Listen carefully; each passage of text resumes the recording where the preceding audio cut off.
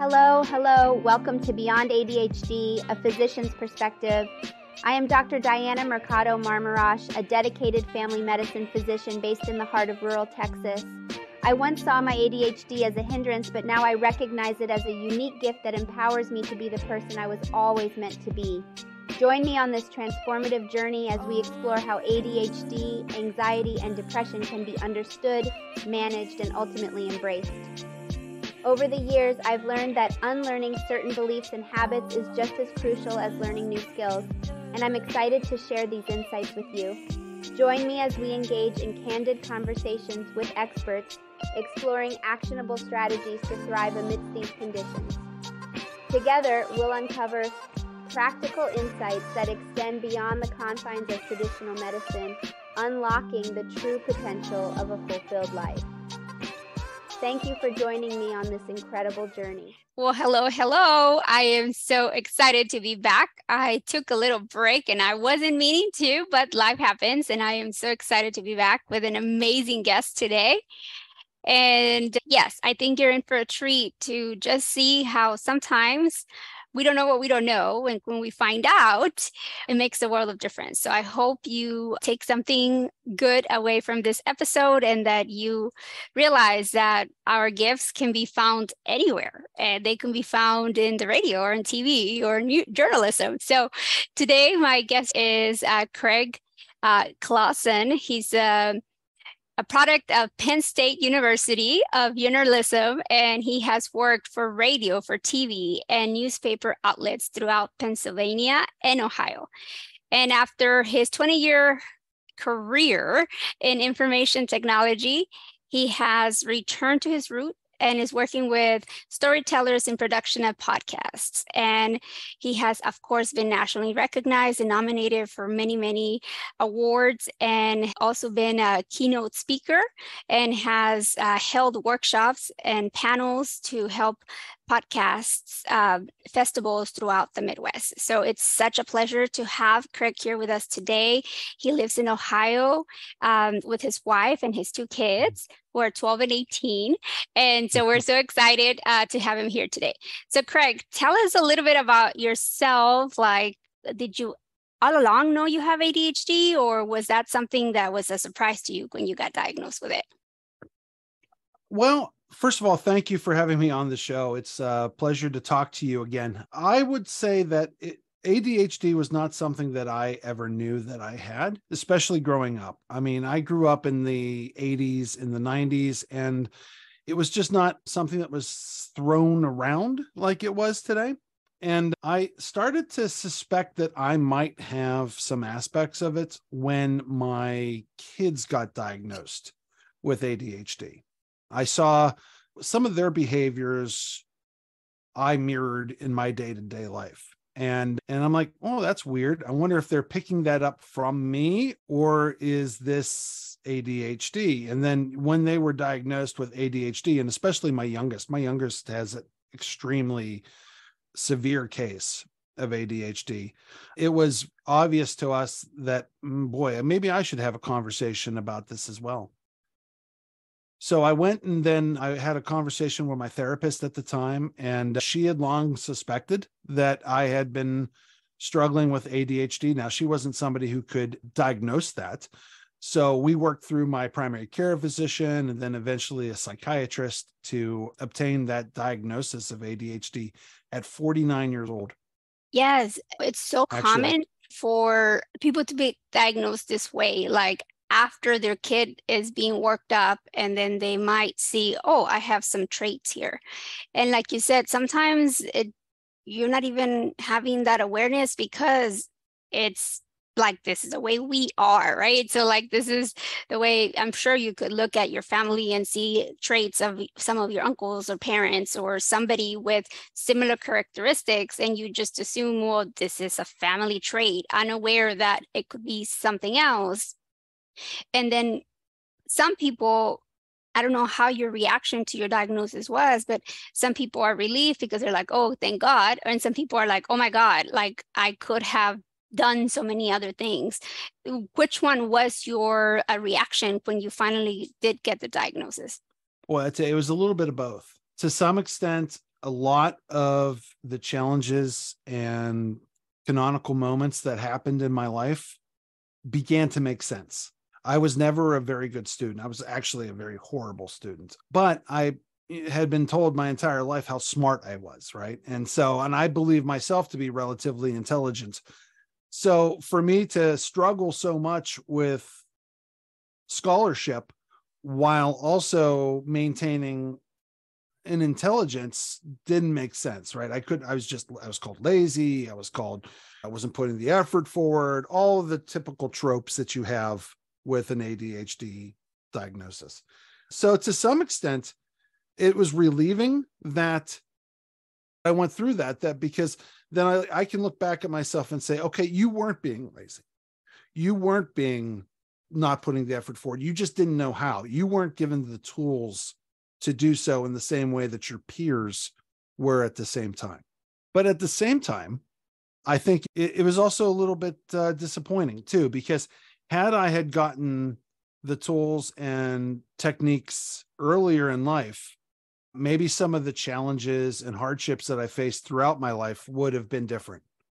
So to answer your question, I think the answer is a little bit of A, a little bit of B, a little bit of both, right? I think to some extent I was relieved, but at the same time too, I sort of regret the fact that I missed a lot of opportunities.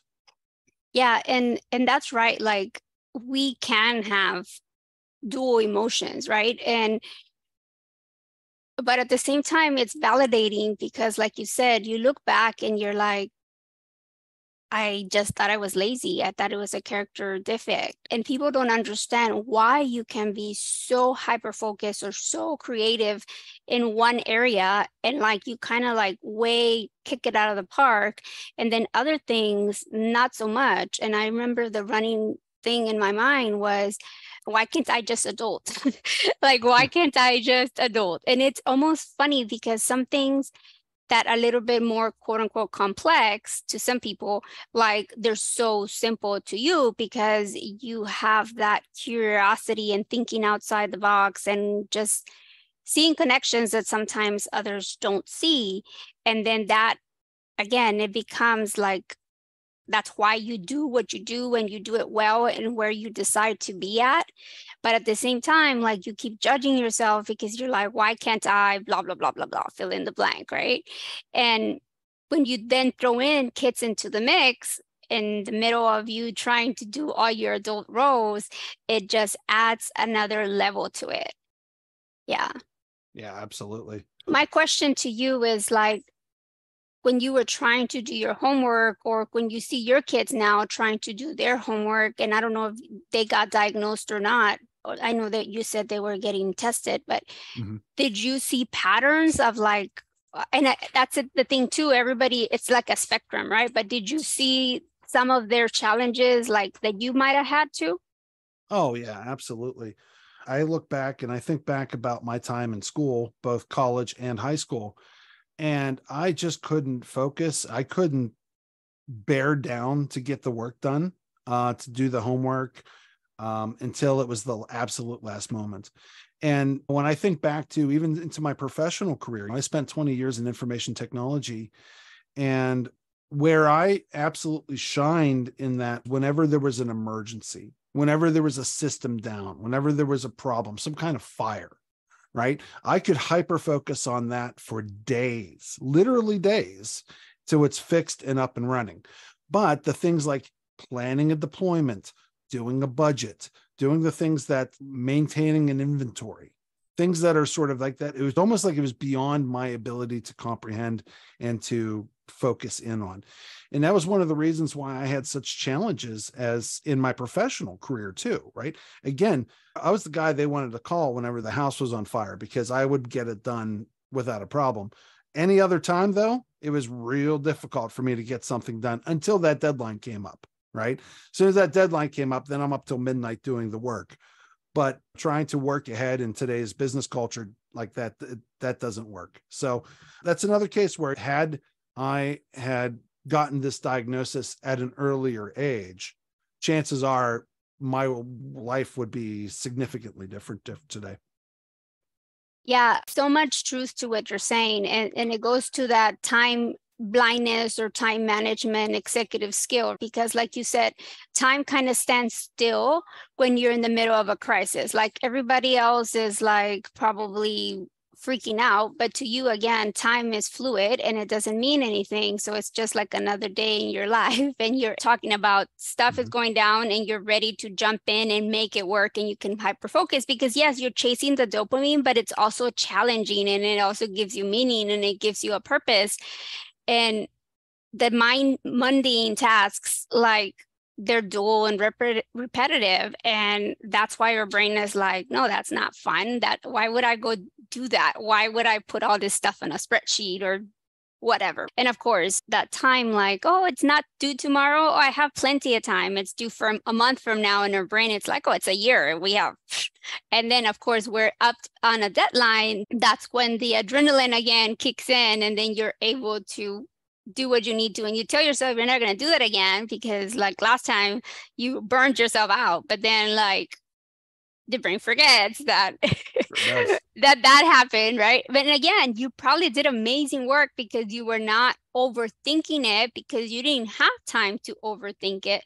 And so again, if you know that this is how you work, and instead of shaming ourselves for leaving everything to the last minute, like you said, if we had been given tools, hey, use a timer just to start stuff, to decrease the time initiation, or to work on task switching or task completion, then you now have different awareness and different tools, instead of just sitting there in shame and feeling like I'm not doing X, Y, Z. And then you also learn, like, what tasks can I delegate?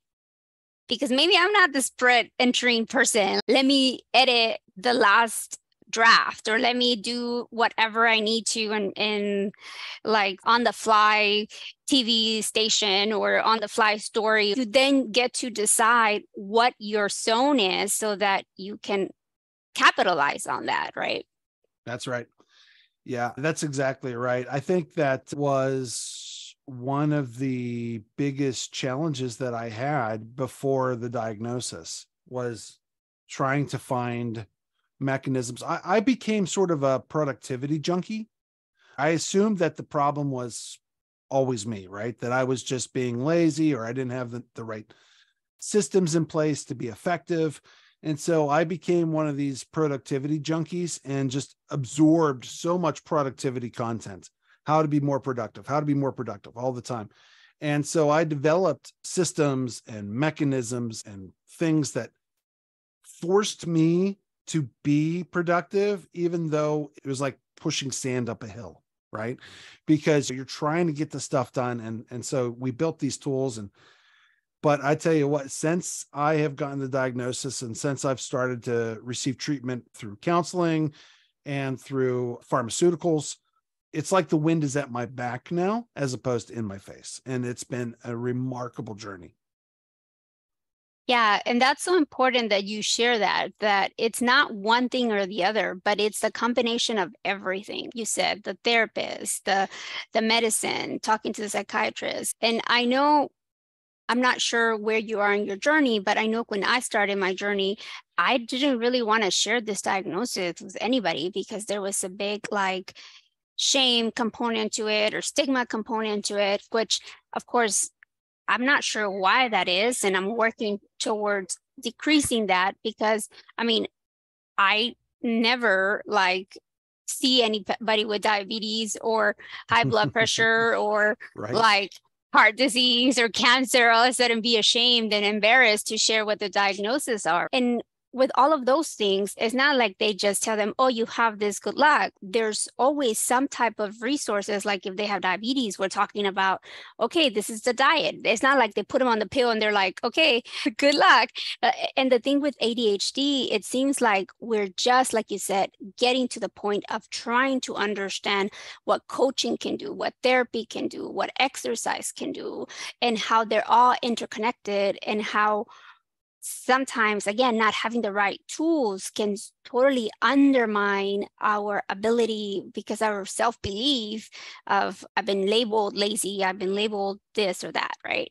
And so, yeah, if anybody has that diagnosis of ADHD, I think the opposite of lazy. Like we will have tried 10 times to get that to work and it just did not work. And we're exhausted from trying 10 times, but you don't know that. All you see the lack of result and you just label whatever, but you don't know how exhausted we are from trying 10 times. Of course, if we wanted to try 10 times, if it was something we were aiming towards, because of course you can still not, we won't do something that we just don't feel like we have a purpose or called upon to do. So what are some tools? And you told me about your productivity techniques and different things, but what are something that you still do to this day that you find like it's helpful for you and that it gives you excitement to implement it to help you with your ADHD?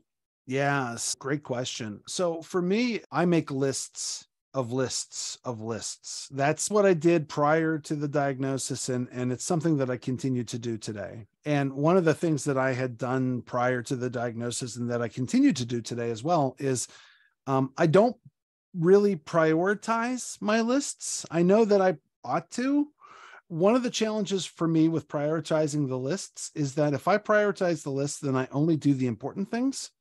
And I never get around to doing the less important things. And those less important things become important things if they're ignored long enough. So I go through my list and I will mark through these things have to be done today. And that's about as much as I do for prioritization. These things have to be done.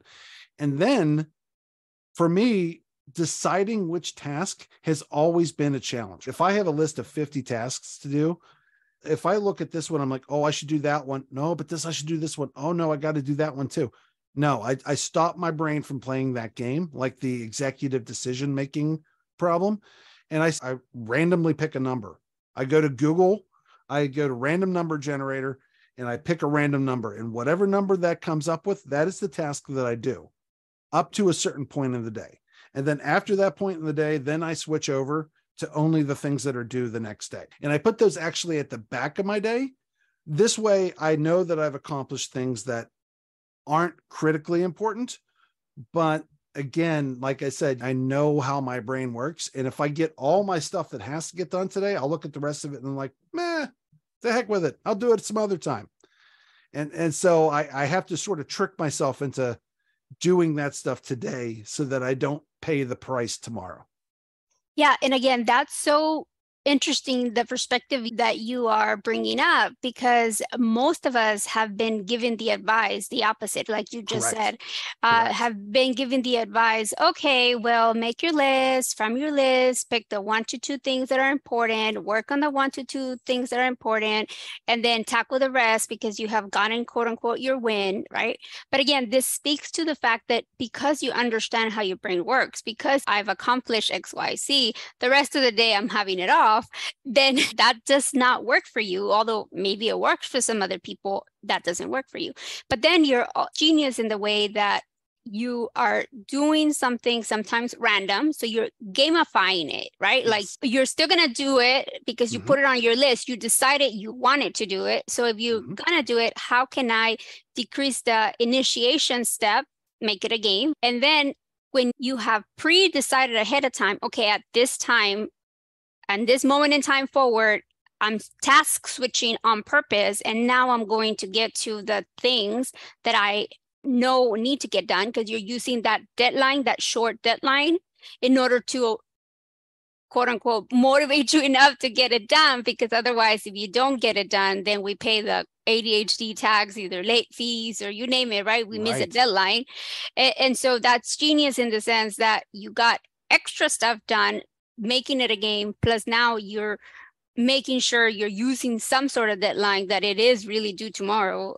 Otherwise, your brain's going to be like, oh, we have plenty of time, and it'll get done when it gets done. So that's so good. And again, awareness is key, because for some person, that advice, for other person, it will. But you won't know until you try something and you become aware of what is working. And that's what I think most of us don't slow down enough to realize what is working and let me do it my way. Because if the end result is what we're going, who cares what the means is to get me to the end result? And most of us are always so focused on the middle of like, how am I going to do it? Instead of like actually getting a 31st draft just done and then going around and having somebody else help you modify it or doing something. So that's a great insight. Is there anything else that you feel has been helping you that you didn't even realize, like that you might be doing different from somebody else? When you keep your list, do you keep that on your phone? Do you type it up on Google? Do you have one of those bullet journals that some people use, or how do you do your stuff? So I've tried all of those things. I've tried the bullet journal. I've tried just making a list.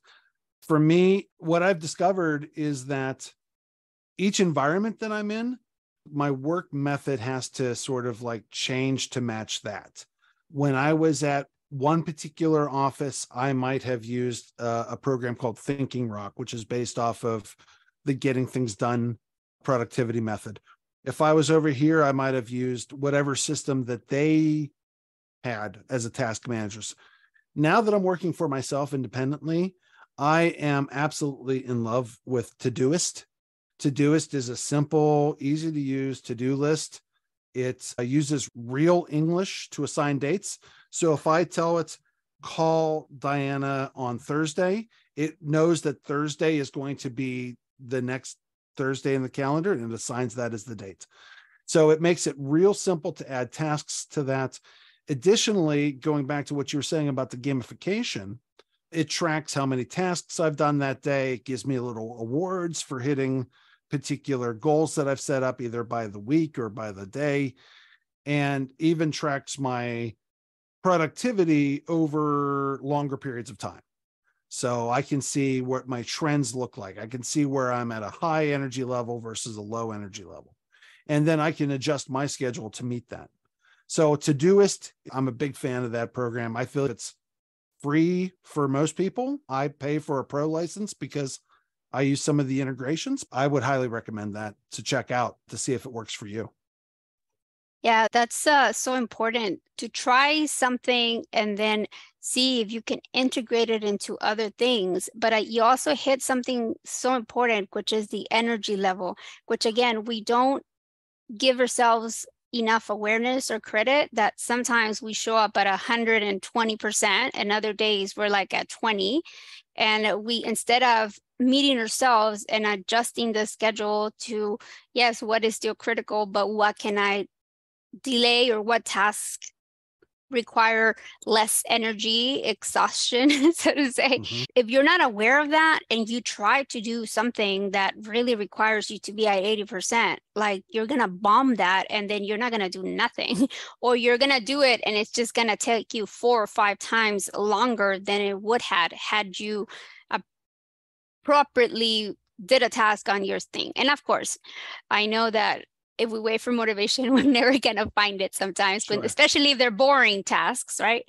But I think it's so good that you have a system, like you said, that shows you consistently the things that you've done. It checks you off. It gives you some feedback, some credit, some points. Again, it's a game, right? Like, why do we get on the computer sometimes to see like the games or the clicks or the whatever, right? So it's so important to try something and keep modifying, but check your energy level. And if you're at an energy level where it's just not matching up to what you need to be doing, can you take a break? Can you go for a walk? Can you listen to a different song to maybe like up the energy level?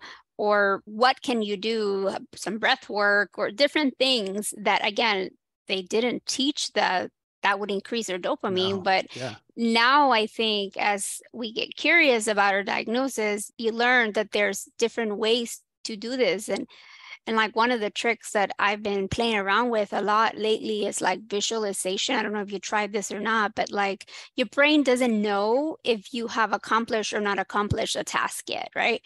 So if in my mind, I sit there like even just 30 seconds before I complete the task and I tell myself I'm going to feel so proud or so relieved or so like at ease after completing this task. The brain doesn't know I haven't completed it, but I'm imagining myself at the end already completed. And it's just so much easier to jump into it because my brain is already releasing oxytocin instead of the adrenaline from like trying to ignore the task. And it just takes a couple of seconds to visualize like where you're going. And again, sometimes it happens, sometimes it doesn't. But again, just like when we're planning vacations, the brain doesn't know we haven't gone on vacation yet, but yet we're still feeling that high of the possibility of it. So why not do that with different things that we're gonna do and hope the best will come out of it, right? I totally agree. Yeah, that sounds great. Yeah. Yeah. So tell me, if our listeners just started listening, what would be one thing that you would want them to take away from today's discussion? Well, I would say first and foremost, it's not your fault. That I think is probably number one. Don't beat yourself up for it, right?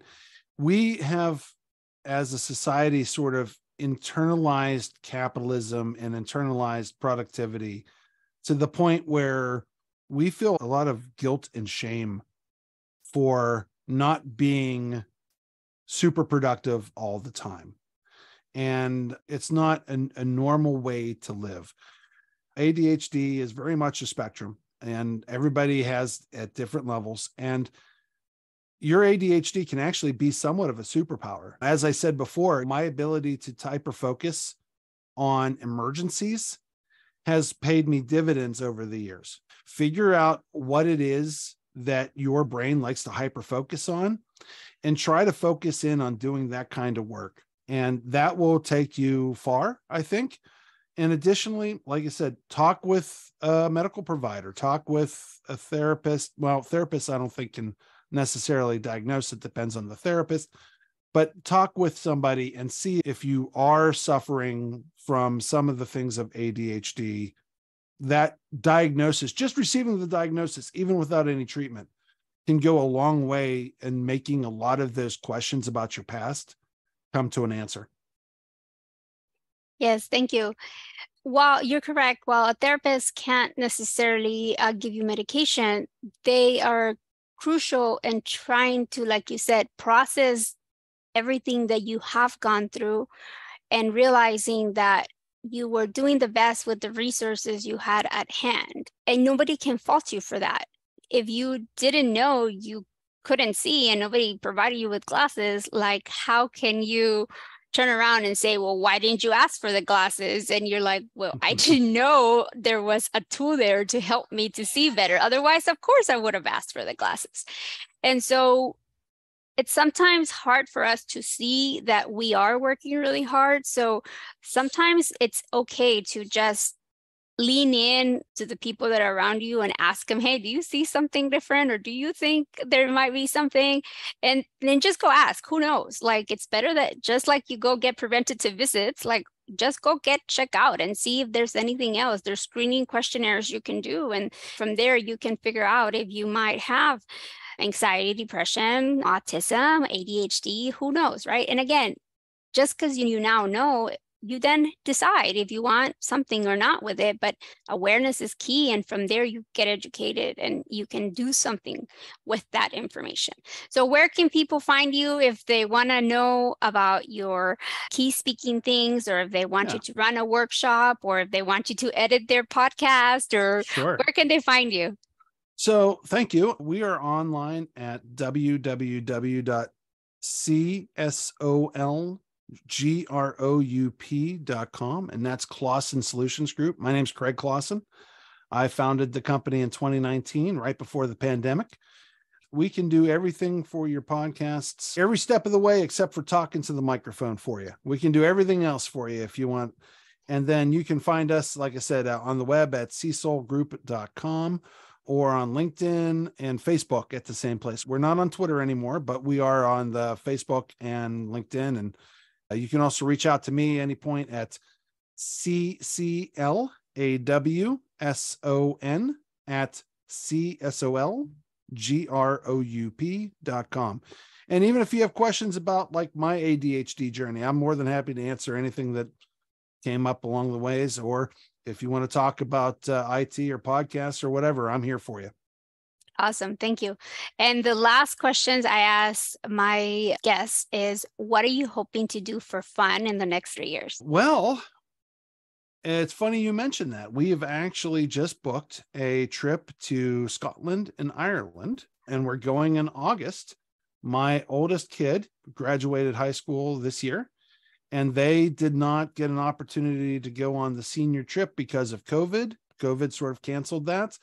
So this is going to be their graduation present, and the whole family is looking forward to spending some time in Scotland and in Ireland.